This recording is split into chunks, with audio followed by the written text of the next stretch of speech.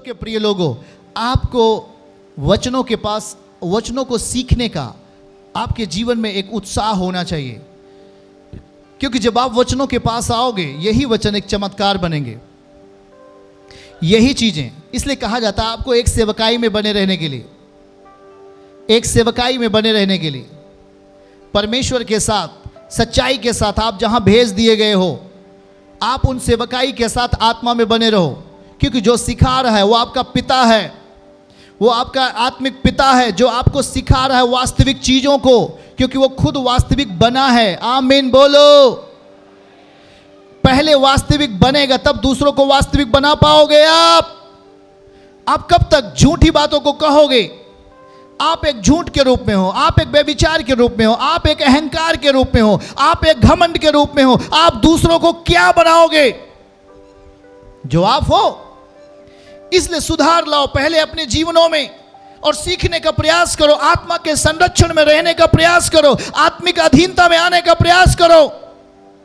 और जब तक आत्मिक अधीनता आपके अंदर नहीं है, आपके सारे रास्ते आगे बंद हैं, सारे रास्ते आगे बंद हैं। और जिस पुत्र के पास पिता का संरक्षण नहीं है, या पिता उसकी देखरेख नहीं करता, या वो पिता की अधीनता में नहीं है, वो बेटा निकम्मा घोषित हो जाता है। वही तो है उड़ाऊ पुत्र के बारे में सबसे अच्छा उदाहरण।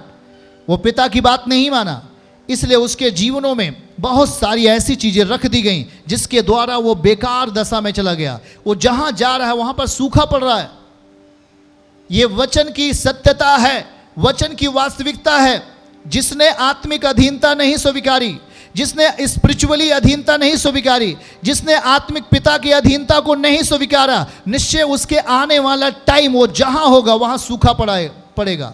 वो पिता की बातों को नहीं माना, पिता की आज्ञाओं को नहीं माना, पर वो जहां गया वहां एक सूखे का समय था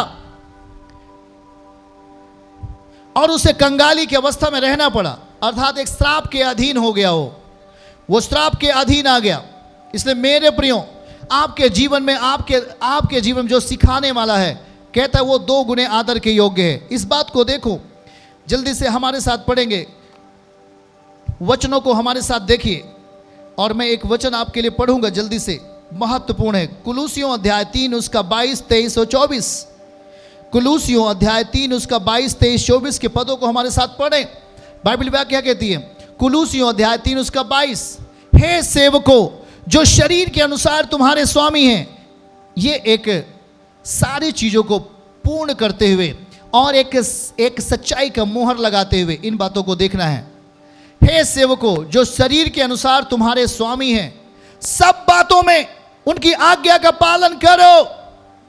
आपने तो कहा मेरा कोई स्वामी है ही नहीं। आपने कहा मुझे सारी चीजें स्वर्ग से आती हैं, पर स्वर्ग में अभी आपके लिए कुछ नहीं, यहां सब कुछ दे दिया गया है पवित्र आत्मा के रूप में। वो किसी व्यक्ति के अंदर है जो आपको सिखाएगा, वो किसी व्यक्ति के अंदर है जो आपको बताएगा।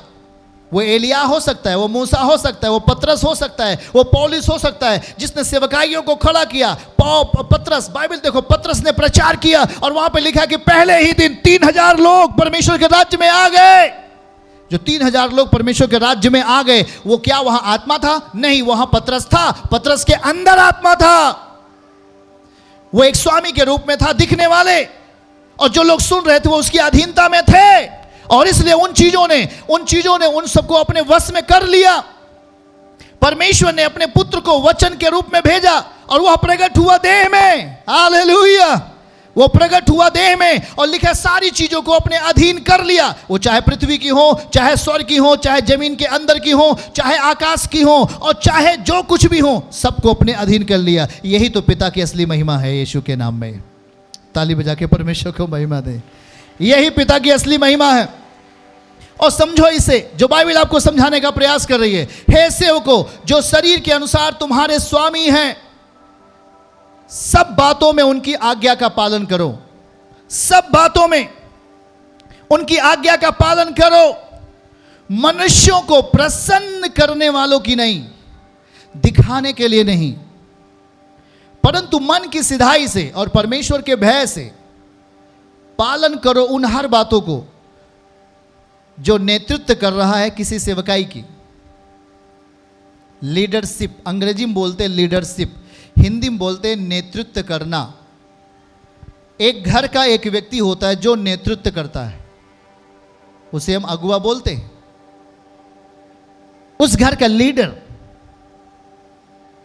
वो चाहे तो कोई पार्टी क्यों ना हो, आप पार्टी को देख लो, है एक कोई भी पार्टी, उस पार्टी का एक मुखिया होता है, एक अध्यक्ष होता है। और इसी चीज को प्रभु ने तीतुस में बताया अध्यक्ष और डीकन के बारे में। क्यों बताने की जरूरत पड़ी? क्योंकि अध्यक्ष होगा और तीतुस वो होगा जो अध्यक्षता के निगरानी में होगा। डीकन जो अध्यक्ष होगा उन परिस्थितियों को अवगत कराएगा डीकनों को और उन्हें गलत दिशाओं से जाने से बचाएगा। और इसीलिए यहां पर यह बाइबल कुलूसियों 3:22 कहता है कि देखो जो शरीर के अनुसार तुम्हारे स्वामी हैं। यीशु शरीर में आया, हम उसे स्वामी कहते हैं, वो हमारा स्वामी है। पतरस ने कहा स्वामी, हालेलुया। पतरस ने कहा स्वामी।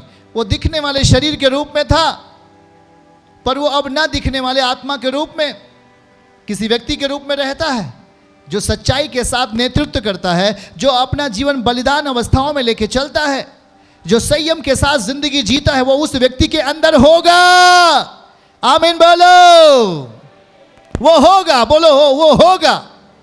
और यही कहता है कि जो शरीर के अनुसार तुम्हारे स्वामी हैं, उन सब बातों का आज्ञा का पालन करो।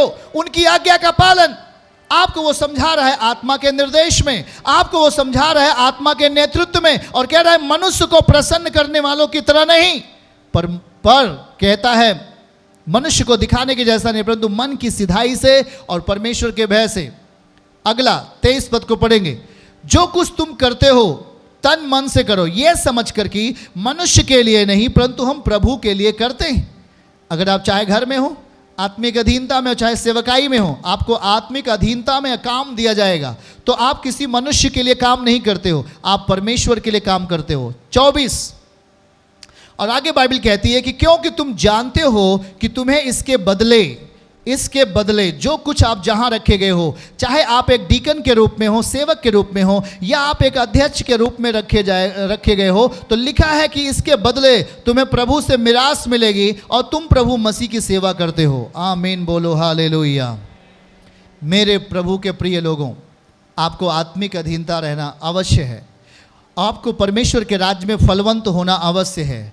आप उसके बीज को अपने जीवन में फलवंत होने के लिए आत्मिक माहौल को तैयार करना अवश्य है। अगर आप उसे जो दे रहा है, अगर आपने देने वाले के ऊपर विश्वास नहीं किया, तो वो चीज़ जो दिया जा रहा है वो आपके जीवन में कैसे फलवंत होगा?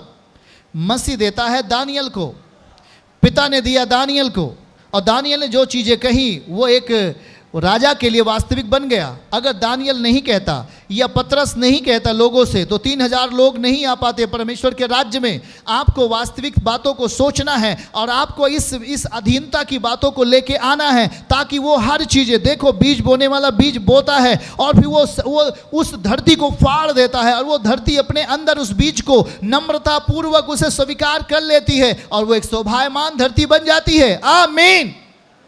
उसी रीत से आपको वचनों को भी अपने अंदर लेना पड़ेगा, इन्हीं शब्दों को सीखना पड़ेगा और सीख करके इसे अपने अंदर रखना पड़ेगा। आप बन जाएंगे शोभायमान यीशु मसीह के नाम से।